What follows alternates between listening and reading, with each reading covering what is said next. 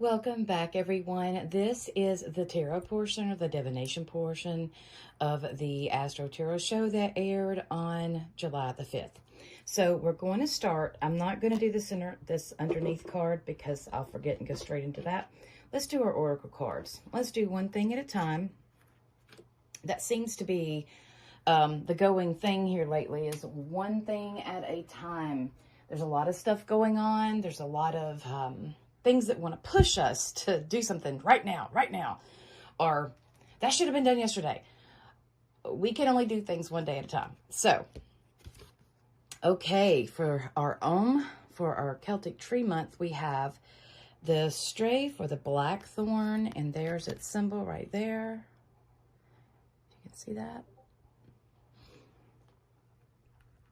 Now, let's talk about this for just a minute. Well, first off, when we see strafe and blackthorn, we think of boundaries, right? And of course we would, because that is what this is about. This is about protection, setting those boundaries,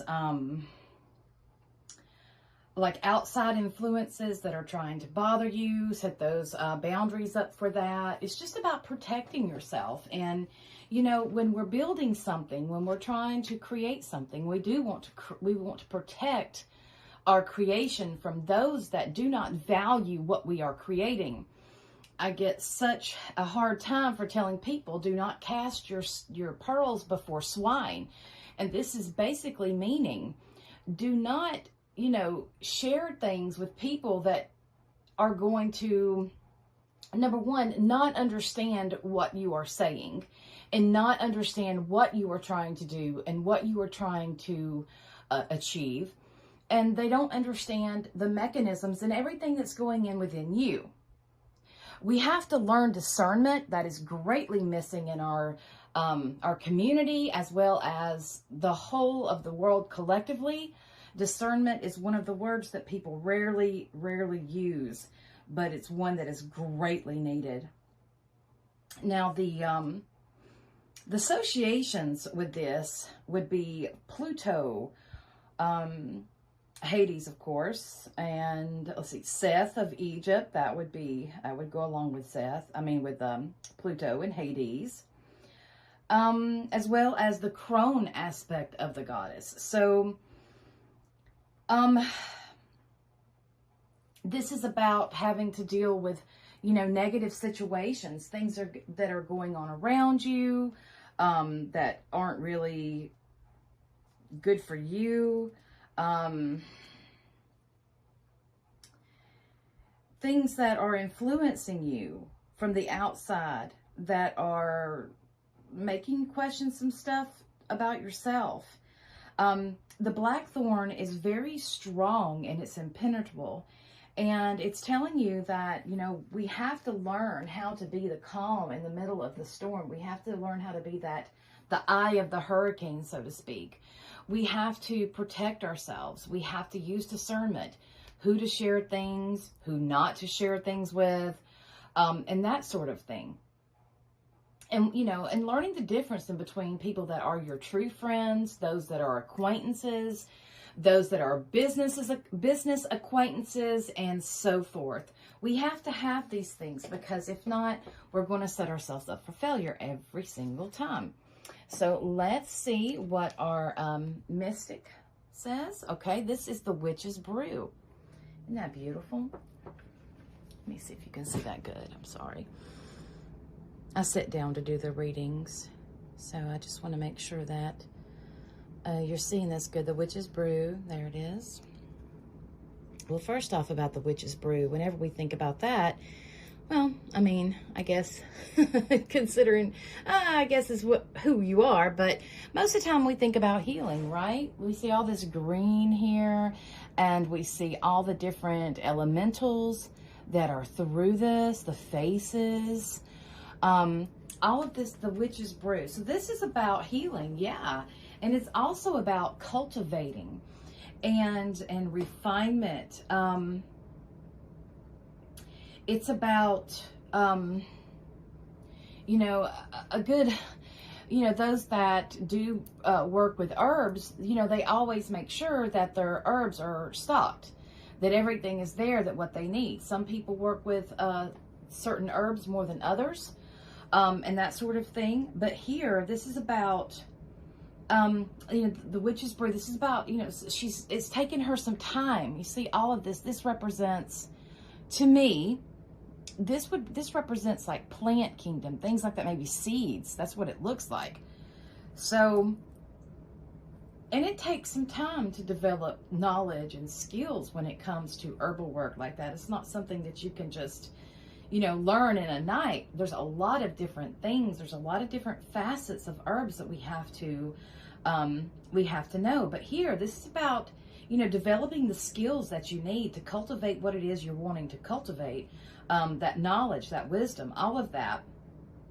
This is very creative energy. The witch's brew, we think about, well, first of all, we think about Caradwin's cauldron. That is a cauldron of transformation. And then we can look at the Dagda's cauldron. Well, that he carries the cauldron of plenty. So this is all connected to that. That is about, you know, it is the cauldron of plenty as well as one of transformation, because that is what happens when we are healed. We are transforming our body from a sickened state to a healthy state, right? And this can be true. So, but using this as collectively, this is about, you know, making sure that you understand whatever it is that you might be doing.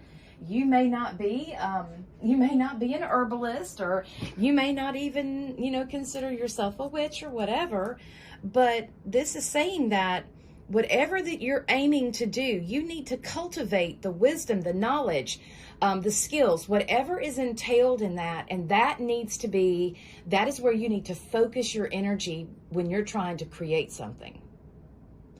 So this is about focus too. Well, here's about protection. So, okay, it's about, you know, creating something and protecting yourself from outside forces, okay?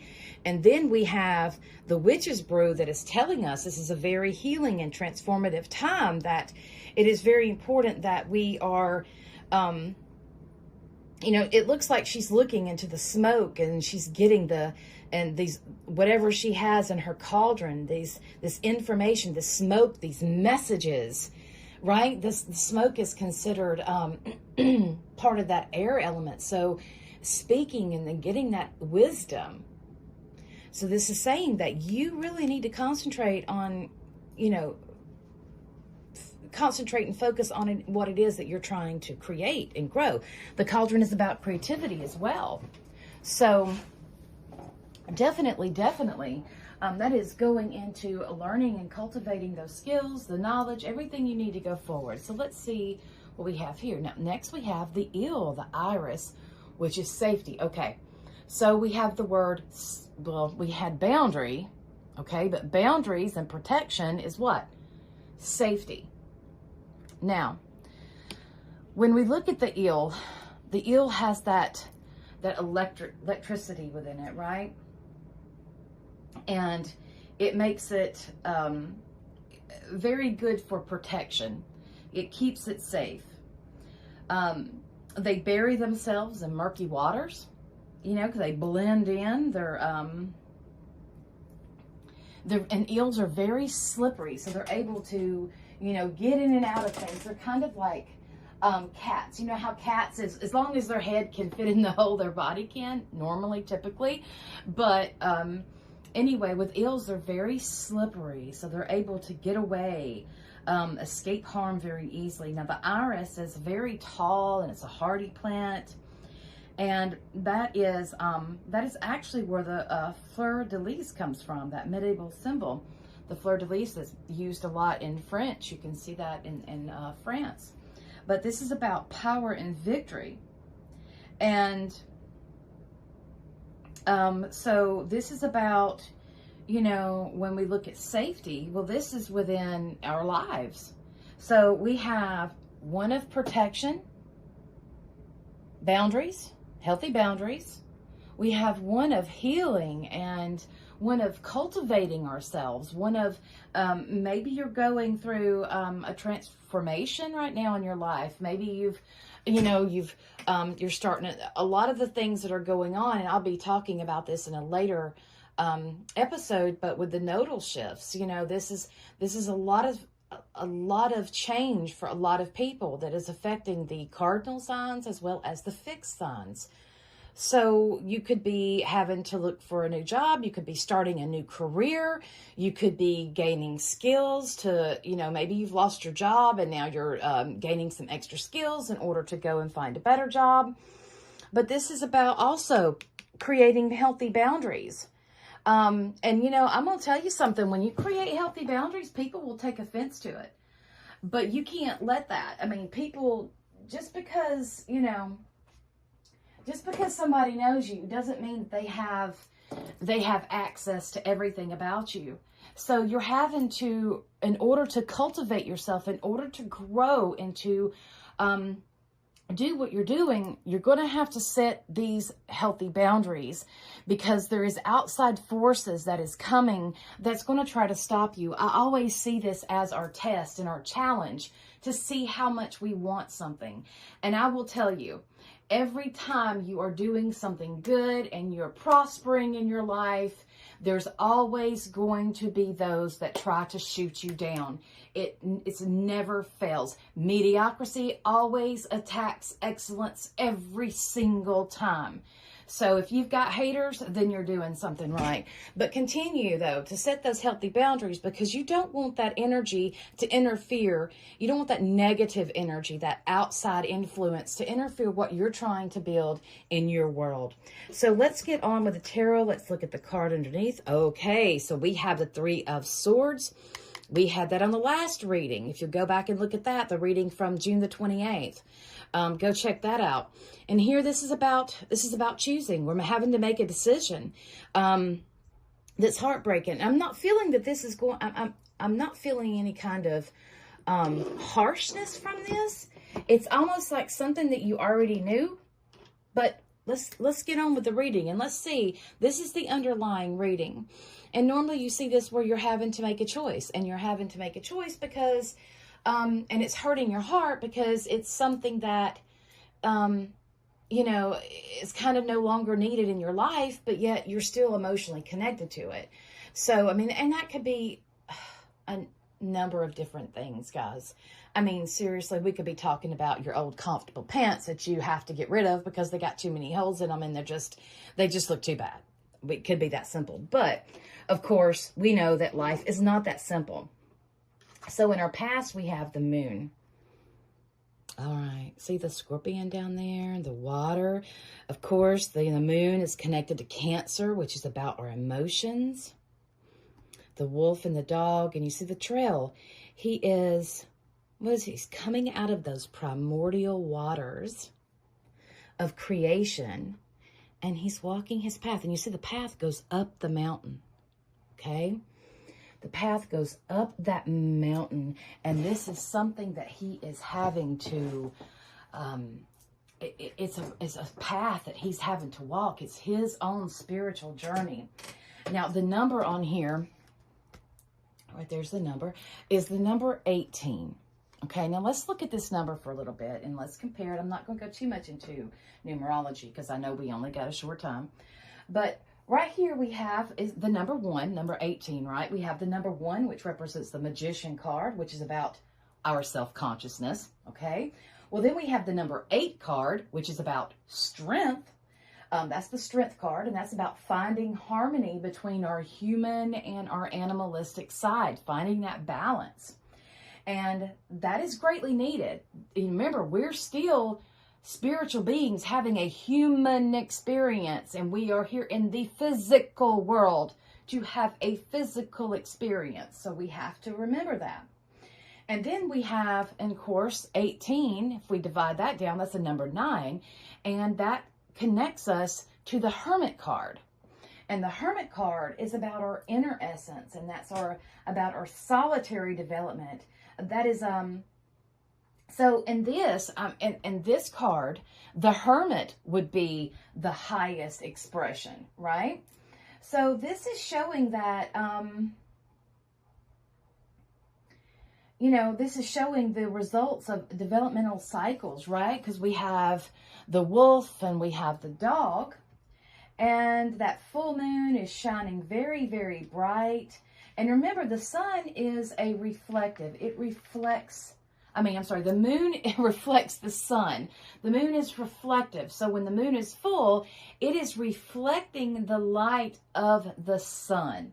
And that is why it is, it lights up those dark areas, those, the hidden shadows, right? Those things that were unseen in the light. And so we see here that, and we do have the towers here, so that represents a passage, right? So we're really getting into some things that are being shown to us in our past, some maybe a time where we were doing some inner organization. We are integrating what we have learned, and what we have gained, consciously as well as subconsciously. We're beginning to structure here. That's the path. So we're learning. This is mutable water, and it's connected to Pisces. And the rulership of this is Pisces, because that is the ultimate one. And the god Neptune is connected to this. Gods of the sea, I should say. So the moon in our past is connecting us to maybe some dreams that we had. Maybe something that, this is about our intuition, imagination.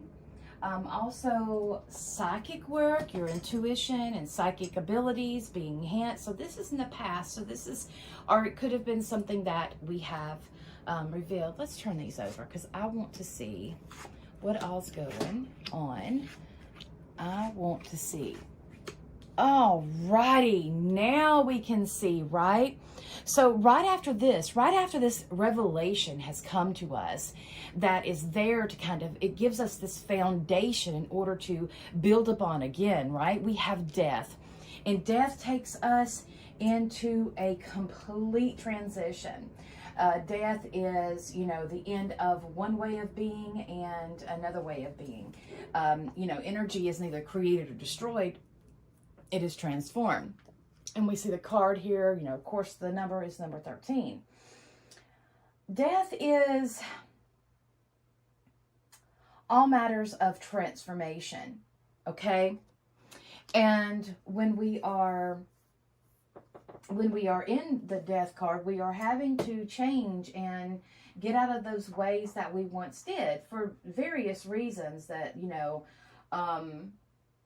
it's about change. So something has come along, so it could be a physical death, but it normally isn't a physical death. And it's also like an initiation, just like when Mercury is doing the Kazini. Mercury is actually going to be doing a Kazini on the 1st, and I'll be talking about that as well. If you've been watching, my channels, then you will see this, because I have talked about this Kazimi. So, for death, this is like the great initiation. This is going into that darker half. This is the Sun King descending into the underworld in order to, bring light into that underworld, and then, of course, come out a different person. This is the number, like the number 12 is about completion. Well, the number 13 is that step in that new direction. There's 13 lunar months, and the number 13 equals 4. And then we have the card of the Magician, okay, as well as the number 3 card, which is the Empress, and then number 4 is the Emperor. So again, this is a death of an old way of being and a birth into a new way of being, so that we can have the Emperor, right? That is the Emperor, about becoming self-reliant and becoming higher. What do you say? Self-mastery. There we go. Self-mastery. So then we have the 7 of Wands here, and you see these wands, and they're all coming at this person, and he's doing his best. You can see his face. He's trying to fight them off, and they're all going through him. There's water here too. But it looks like he's a giant up here, right? And this is about what is aiding us. And this is keeping us on our toes. What is aiding us is that being on our toes, being on our game, so to speak. This is very transformative. We have two major arcana cards right after, you know, in the past and then what's happening in the present. And then we have the Hangman over here and the Hierophant here. So there's a lot of inner work that's going on, and there's a lot of changes. The changes that has happened that has forced us into this transition. And what is aiding us is those things that, you know, that we can rely on, which is ourself, number 1. Number 7 is the seeker of all seekers. So it's about, and he is staying on his, this could be also some inner conflict. You know, sometimes that inner voice can be really good to urge us on to do better, right? But at other times it can be a negative self-talk. And through the cards up here that is saying protection, this is you know, keeping on your toes and on your game from outside forces, something that may be trying to change you or trying to shift you in a certain way, something that how they want you to go and not how you want to go. And when we have, you know, when we consider this, okay, when we consider all of this revelation, this insight, that sort of thing, and then go into this transition, and then we're considering this, we really need to protect. I mean, he's standing tall up on this mountain, and he's protecting what he stands for. So we need to look at that. We need to really look at that. And then we have what we fear is the Page of Cups. Well, the Page of Cups is bringing us bounty. You can see there's a fish in there, and the fish in the original, and like cartomancy, fish represents a bounty. It represents abundance, because, you know, if you caught a bunch of fish, that was wonderful. You could feed the village for a while. You could feed your people for a while. So what we're fearing is actually receiving that. And that's kind of deep. That takes us into a whole different kind of role of, one, do we think that we're worthy? Do we think that, you know, are we worthy? The Page of Cups is offering you abundance. He's wanting you to fill your cup up, right? The Page of Cups offers love. It offers, he's offering us abundance in our desires. And that's scary. That is scary, because then you're going to have to walk your talk, right? When you are open and you are accepting of the many gifts that are there, that's scary. And also, it could be even sharing. Maybe you're afraid to share your love and to share your passions with others. That could be in this as well. Because next, you know, this is our environment is the Hierophant. Well, this is the Magnus of the Eternal. Okay?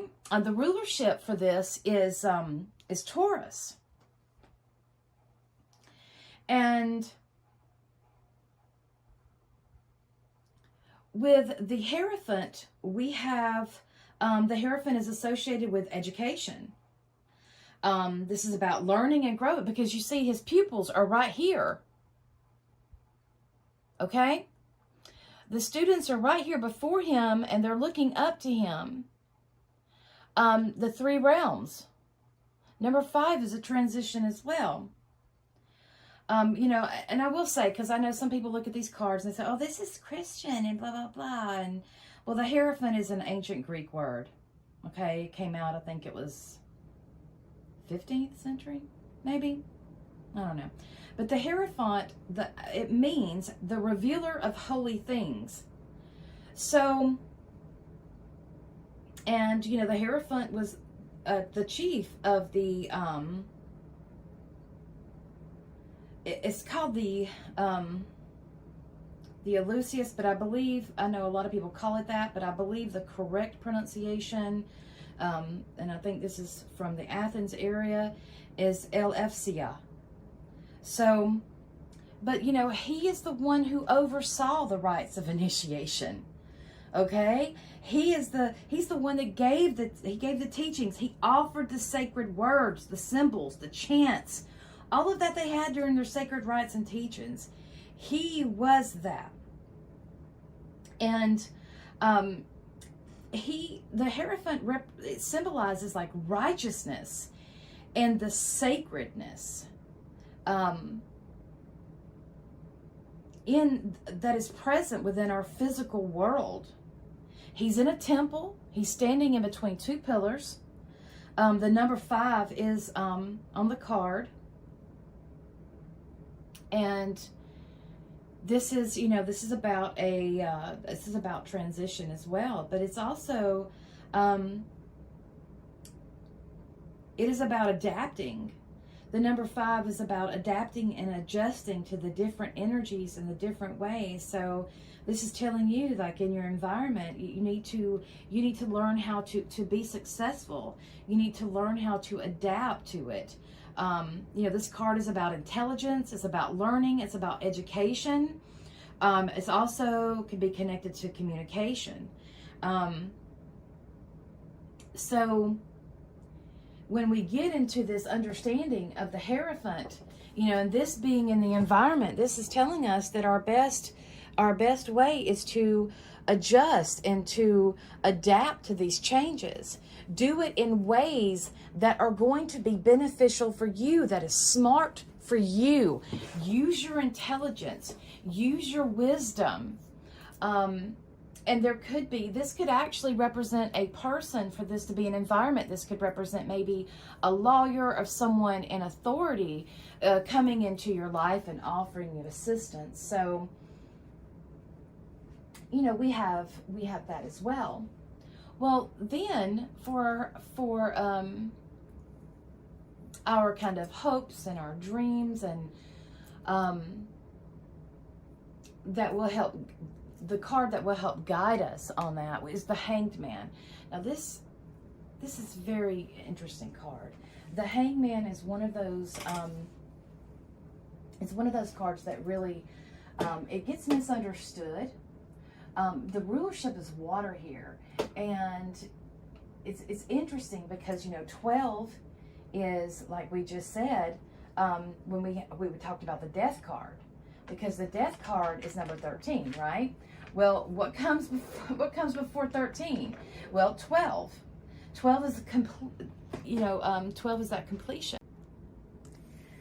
The Hangman tells us that, you know what? We need to definitely get a new point of view. So, the Hangman, his name is the Spirit of the Mighty Waters, and he is a water sign. So this is, you know, tapping into our emotions. But he's hanging upside down, and that connects us. We always think about Odin when he hung upside down on the tree, the Yggdrasil tree. So with the Hangman, we're invited to see things from a different perspective. Yeah, a different perspective. We have to, this is almost like a sacrifice. We are sacrificing for a greater good. You know, this is reframing.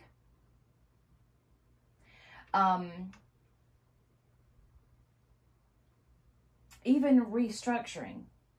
So while we think of water, we think of Neptune. What is the watery? Watery is a fluid state, and it takes the shape of anything that it's poured into. It's very emotional, it's sensitive, it's psychic, it's intuitive. The co-ruler is Pisces, which is the 12th sign, which is the sign of self-undoing, which is connected to mysticism and seclusion. So this is about finding the truth within ourselves. We had the Fool, with the Fool that begins the major arcana, with trust and willingness, right? Ready to take that risk no matter what. And here he is taking another risk to dare the journey inward. So this could be a radical new perspective, a change in mind. He's turned his world upside down.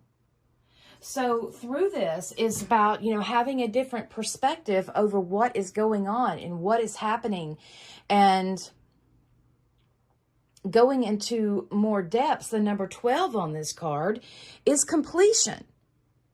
So, and it has the number 1, which is the Magician, which is about, that grabbing a hold of our consciousness. And then we have the number 2 on there. What's the second card? Yeah, it's the Priestess. So we have these two together. And, with 1 and 2, that equals 3. The Empress card, which is about finding that abundance. So it seems that we were enlightened on something that has changed our mind a little bit. And it's given us, going through a transition, and we feel like we're struggling. Maybe we do feel like we're struggling to keep our head above water and all that, and maybe we're fearful that for accepting things that come to us, and maybe we're fearful that we're not going to get that we want. But again, the Hierophant's coming to us and saying, hey, You've learned. You're smart. You've got skills. If you need assistance, reach out to someone. Sometimes we don't want to reach out to people. But here, this is saying that, this advice is that we are to have a different point of view on these things. That, this is enlightenment. This around his head, this is enlightenment. He is enlightened. He is seeing it differently, and it's helping him. But here's the outcome. The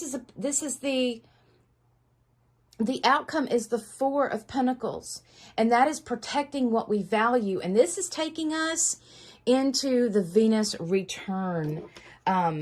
Venus retrograde energy, about reassessing our values, what we consider sacred, or I should say valuable to us. Pentacles is about our outside world with Venus, and I'll be talking about that on a different show. Her going retrograde, it could be about hanging on to your money too. Venus can take us into overspending and, to living that extravagant life. But, he's left. You can see he's outside the city. He's up above. And he's not letting this noise get to him, because he is taking care of that which he values. Number 4 is about our structure. That is about structure. So I'm just shuffling these cards here to see what we have here. We have one come out. Okay, Balsamic Moon. This is about things come and go. Surrender to the universe. There you go. There's death. Surrendering that to the universe. That's just showing us that there are things that are no more. I mean, you see the king is laying over dead here. The queen is down on her knees. The little child is like, well, hey, here's some flowers. Hey, Mr. Death, how's it going? The White Rose. New beginning. The Sun. Find a balance. There you go. Find you a balance in all that. Again, this is about having to let go of something that you knew that was probably time to let go of, but you just kind of held in there for various reasons. Okay, Isis. Cast spells, protect, and heal. There you go. So it appears that whatever this revelation that you've had, that you're going through a transition over, these are major arcana cards. So this is something, this is representing, it's connected to like your fate. This is something that is meant to happen, something that you're supposed to go through because you're on a journey here. Remember, not everybody's your friend. Not everybody's your friend. Healthy boundaries are good things. Your rights end where others' rights begin, and others' rights end where yours begins. So we have to really, really understand that. Things have been, if we've got all this protection here, things have gone too far. So that is it, guys. That's it for the reading. I hope you enjoyed this reading, especially with this Capricorn full moon. This is all about abundance and about gathering wealth and that sort of thing. So, yeah, deep reading. Have a wonderful day, everyone. I'll see you next week. Merry part till we merry meet again.